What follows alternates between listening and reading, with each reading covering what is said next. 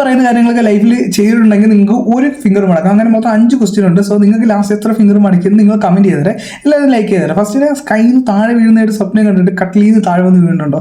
Yes, ഒരുപാട് വീണിട്ടുണ്ട്.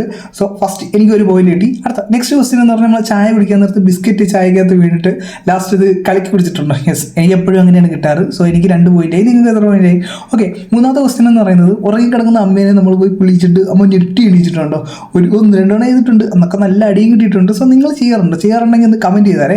So ആ അടുത്ത ക്വസ്റ്റ്യനിലോട്ട് പോകുന്നതിന് മുന്നേ നിങ്ങൾക്കൊരു ആനിമേഷൻ യൂണിവേഴ്സിലോട്ട് പോകാനായിട്ട് നിങ്ങൾക്കൊരു ഓപ്പർച്യൂണിറ്റി കിട്ടിക്കഴിഞ്ഞാൽ ഈ കാണുന്ന ഏത് യൂണിവേഴ്സിലായിരിക്കും നിങ്ങൾ പോവുക?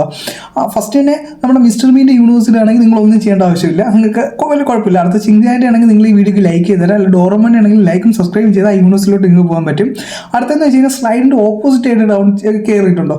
ഞാൻ അങ്ങനെ ചെയ്യാറ്, മറ്റേതും കാട്ടി നല്ലത് ഇതല്ലേ, അതൊരു രസമാണ്. അടുത്തത് നമ്മുടെ ബുക്കിൻ്റെ സൈഡിലൊക്കെ അതിൻ്റെ പേര് മാത്തമാറ്റിക്സ് ഒക്കെ നമ്മൾ എഴുതി വെച്ചിട്ടുണ്ട്. യെസ്, ചെയ്യാറുണ്ട്. കാരണം എന്നാലും നമ്മൾ ബാഗിൽ നിന്ന് പെട്ടെന്ന് ഏത് നോട്ട്ബുക്കാണെന്ന് എടുത്ത് വയ്ക്കാൻ പറ്റുള്ളൂ. സോ നിങ്ങൾക്ക് എത്ര പോയിന്റ് കിട്ടി? എനിക്ക് 5 പോയിന്റ് കിട്ടി.